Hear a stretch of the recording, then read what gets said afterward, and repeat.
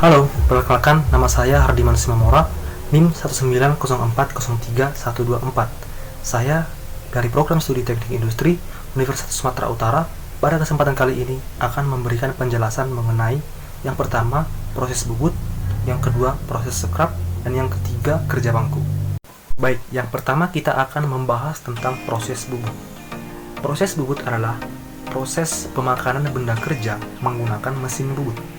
Prinsip kerja dari proses bubut ini yaitu benda kerja diputar, kemudian dengan menggunakan mesin bubut, pahat akan mengikis ataupun mengurangi bagian tertentu dari benda kerja yang sedang berputar. Kemudian, apa saja komponen yang terdapat dalam mesin bubut itu? Yang pertama itu adalah kepala tetap. Kepala tetap ini tidak bisa bergerak atau dengan kata lain diam.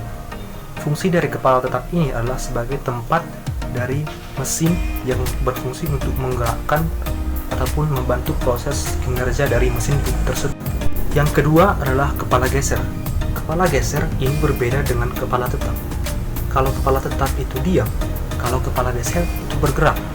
Fungsi dari kepala geser ini yaitu terdapat poros pengunci. Fungsinya adalah untuk mengunci benda kerja yang akan dibubut. Kemudian yang ketiga ada eretan. Eretan ini berfungsi sebagai meletakkan dan menggeser pahat yang digunakan. Kemudian yang keempat itu ada alas. Fungsinya adalah sebagai jalur pergerakan dari kepala geser dan uretan. Salah satu proses yang dilakukan dalam proses pengerjaan patragu adalah proses bubut. Proses bubut ini dilakukan untuk pembuatan part-part seperti ulir, pemutar ulir, tutup pemutar, mur, apakah itu mur A atau mur B.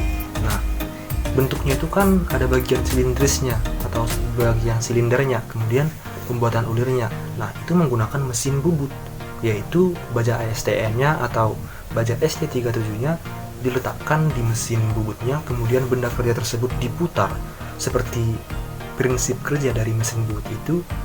Kemudian dihasilkanlah bentuk-bentuk seperti yang diharapkan. Kemudian yang kedua, proses scrap. Proses scrap adalah proses pemakanan menggunakan mesin scrap. Prinsip kerja dari mesin scrap ini adalah yaitu dengan melakukan gerak bolak-balik pada benda kerja yang diproses, di mana pahat akan mengurangi bagian yang dikenakan terhadap benda kerja tersebut. Nah, pada proses scrap ini kan menggunakan mesin scrap. Nah, komponen-komponen dalam mesin scrap ini ada banyak. Contohnya badan mesin. Badan mesin berfungsi sebagai tempat dari keseluruhan bagian-bagian dari mesin.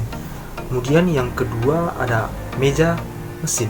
Fungsinya sebagai alas ataupun tempat dari benda kerja yang akan dilakukan proses scrap. Kemudian yang ketiga ada lengan atau sering juga disebut sebagai ram. Fungsinya untuk menggerakkan pahat dari mesin scrap. Kemudian yang berikutnya ada eretan. Eretan ini fungsinya untuk melakukan pemakanan terhadap benda kerja yang akan diproses. Nah, eretan ini bisa diatur posisinya ataupun ketinggiannya sehingga ketebalan yang diharapkan dari proses scrap bisa diatur, yaitu menggunakan roda pemutar. Berikutnya adalah tuas panjang langkah. Tuas panjang langkah ini berfungsi untuk mengatur jarak dari pergerakan pemahatnya itu atau eretannya itu seberapa jauh. Kemudian yang berikutnya adalah tuas posisi pahat. Nah, tuas posisi ini berfungsi untuk mengatur kedudukan dari eretan ataupun pahat itu terhadap benda kerjanya sehingga proses bisa berlangsung seperti yang diharapkan. Misalnya bagian mana yang akan di scrap, nah itu diatur dengan menggunakan tuas posisi ini. Dalam proses pembuatan part ragu, proses scrap juga digunakan. Nah, contoh part yang melalui proses scrap itu misalnya badan ragum, kemudian penjepit berjalan, penjepit tetap, sama dudukan ulir. Nah, kita ambil contoh yang badan ragum. Nah, badan ragum itu kan ada misalnya jalur dari penjepit berjalannya itu bergerak. Nah, itu dibuang atau dikurangi menggunakan mesin scrap. Ya, pergerakan pahat itulah yang menghasilkan jalur dari penjepit berjalan itu, ibaratnya seperti parit gitu. Kemudian contoh lainnya pada dudukan ulir. Nah, pada dudukan ulir itu kan bagian belakangnya itu ada seperti masuk ke dalam. Nah, itu dihilangkan menggunakan proses scrap juga. Nah, begitu juga dengan yang penjepit berjalan sama penjepit tetap, itu juga mengalami proses scrap. Contohnya pada penjepit berjalan itu kan ada tempat papan penjepitnya. Nah, dudukan papan penjepitnya. Nah, di sana menggunakan proses scrap. Begitu juga dengan yang penjepit tetap, itu tempat penjepit tetapnya itu menggunakan proses scrap. Kemudian yang ketiga adalah proses drilling dan kerja bangku. Nah, proses drilling adalah proses pengeboran, artinya pembuatan lubang pada sebuah benda kerja. Nah, kemudian kalau kerja bangku itu adalah proses menggunakan peralatan manual dan digerakkan dengan tenaga manusia. Artinya tidak ada mekanisme mesin yang digunakan dalam proses pengerjaan. Nah, untuk kerja bangku itu ada macam-macamnya. Contohnya itu adalah proses mengikir, kemudian memotong, menyenai, memahat, dan lain-lain. Nah, contoh peralatan yang digunakan yaitu kikir, gergaji, senai, pahat, ragum juga termasuk, dan lain-lain. Nah, kemudian kita lanjut ke mesin drillingnya. Nah, mesin drilling itu artinya mesin yang digunakan untuk melakukan pengeboran. Nah, mesin drilling ini ada komponen-komponennya. Saya akan menjelaskan bagian utamanya saja. Nah, yang pertama itu adalah dudukan. Dudukan itu adalah bagian yang berfungsi untuk menopang keseluruhan komponen dari mesin drilling tersebut. Kemudian ada tiang. Tiang fungsinya itu sebagai jalur pergerakan dari meja tempat dari benda kerjanya. Kemudian yang berikutnya ada mata bor. Nah, mata bor ini adalah bagian yang paling penting karena digunakan sebagai alat untuk membuat lubang yang diharapkan. Kemudian yang ketiga itu ada spindle. Nah, spindle ini berfungsi sebagai menggerakkan pencekap.